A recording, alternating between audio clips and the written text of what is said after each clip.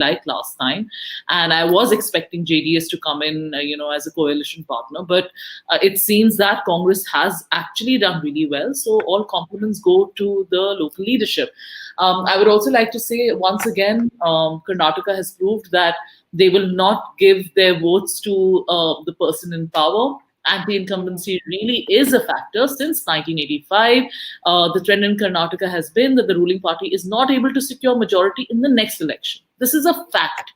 And it has still been maintained. So, there are no surprises here. This was not an unprecedented, unpredictable sort of voting trend.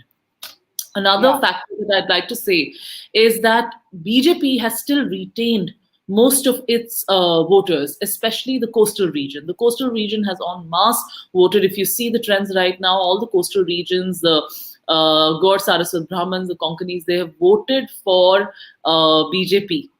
By the way, the tweet you were talking about is on the screen now. The Congress is not really waiting for this election to be officially called. It's already congratulating Rahul Gandhi, and that's the point you were making with the song "I'm Unstoppable." And there it is. And I'm sure we'll have things to say about this. Does that amuse you? It amuses me greatly. I find it extremely immature. And, I'm called out and trolled for this, thinking I'm some stooge for BJP. I mean, that's like the most weirdest combination, a Muslim woman, considered to be a stooge for BJP and speaking. I mean, I'll be trolled endlessly for this, but this is immature. This is not right. I mean, the local leadership is how Congress has reached where they've reached in Karnataka. Look at the mess they were in 2018. Can we forget that? I mean, I was wondering which resort will be booked right now if the gap between Congress and BJP becomes a little less. So let's, Congress, overemphasizing how great they are and how invincible they are. It's always amusing because, they have a lot to prove right now. One election won't do it, two elections won't do it, even 5 state elections won't do it. And 2024 is just around the corner. If they think this is an indication for 2024, they're fooling themselves. Everyone knows. And the other point is that this tweet, Shatabish, if I can ask you that, and anyone in our panel wants to jump in, do indicate that this tweet could have, even if the Congress believes it's on its way to form the next government, it could have also shown images of Siddaramaiah and DK Shivakumar. But this tweet is all about Rahul Gandhi. It hasn't, it's a bit odd, Shatabish. What do you say? I know I'm putting you on the spot there, but go ahead. No, not at all. The elections in Karnataka is the first major election after the completion of Bharat Jodo Yatra. And the Bharat Jodo Yatra was a major, massive success in the state of Karnataka. Rahul Gandhi and his Yatra has contributed immensely for this election as well. The people were able to connect with him. The people were able to connect with the local leaders as well. It is a combined effort. It is collective leadership.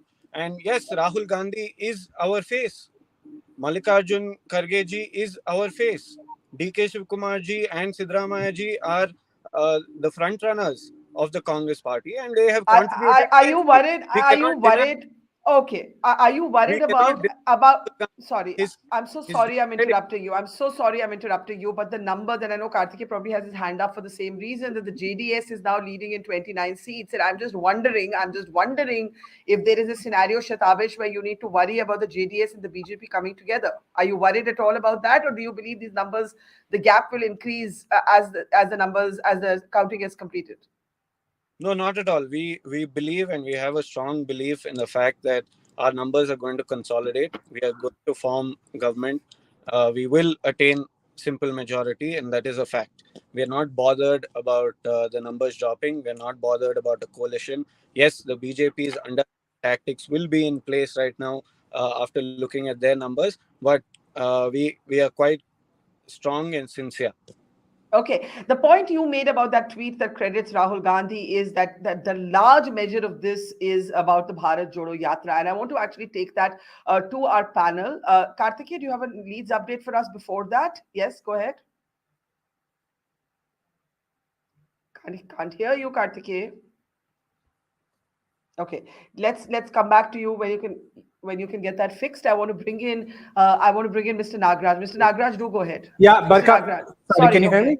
Yes, Karthikeya. Yeah. So Barkha, Congress 110, BJP 80, JDS gaining in the last few minutes. until 2-3 minutes back or 5 minutes back, the Congress was touching the 120 mark. But now this has gone down. But so it's still moving up and down, although another source telling us 116 to the Congress. The Congress for some time, though, has been comfortably above the 110 mark.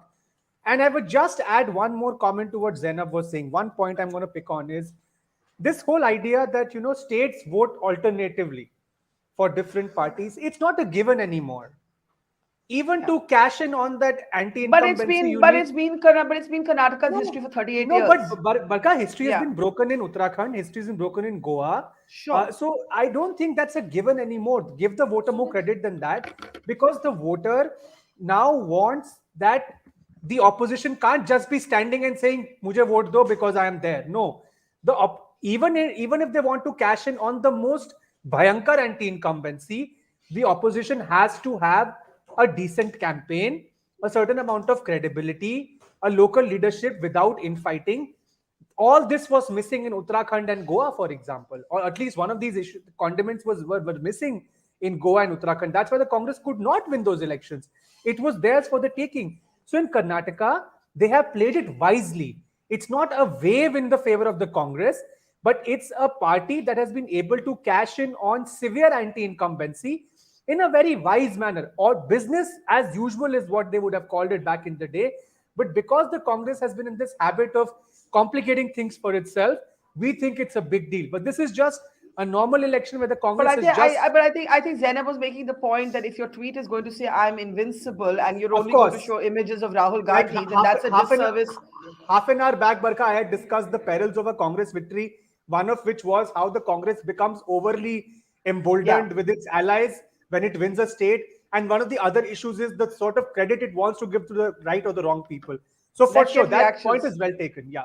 Let's get reactions. Mr. Nagaraj, looking at these numbers, can the JDS still be a factor? By the way, the Congress has asked all of its MLAs to not leave Bangalore. They're being cautious. So this is, I don't know if they will need those numbers, but we have to wait and see where the gap actually settles. Mr. Nagaraj and then Dilip Cherian. Well, if there is a hung, kind of situation, I mean, the JDS will be salivating at the prospect of that. Mr. Kumaraswamy is away in Singapore. Yes. Possibly, keeping in touch with his MLAs from there. I'm sure, the Congress will still be able to, cross the halfway mark. So I don't think there'll be a situation where the JDS will be called into, come into play. So as things stand, yes, I mean, things are changing right now, and the seats are going up and down. But I think the Congress will settle somewhere around 120. That is my estimation. Yeah, Karthik, are you trying to say something? Karthik, if you're trying to say something, you're on mute. Dilip, let me bring you in at this point.